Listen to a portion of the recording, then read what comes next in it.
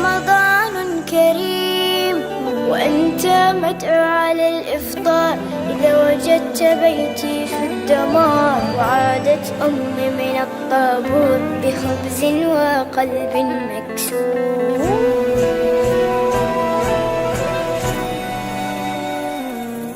وأذنت مساجد ورنت الكنائس، جيران في الله أبواب بلا حارس. ووصلت مراكب الموت إلى أرض الأحلام دون أن يصبح الأطفال قضية رأي عام. سيد الرئيس أنا لا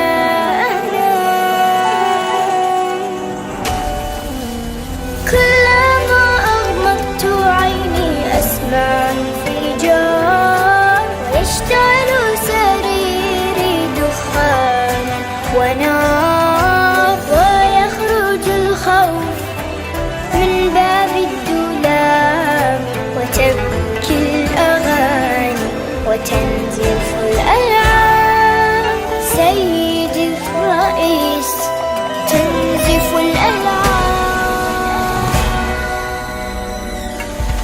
سيدي الرئيس نحن الهاربون، نحن المبعدون، نحن المذنبون، نحن المتهمون بالعبادة، بالعبادة،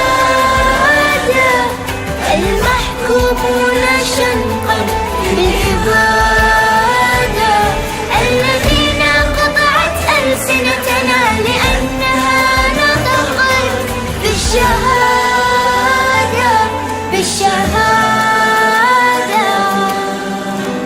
سيدي الرئيس سنفطر في القدس عاصمة فلسطين.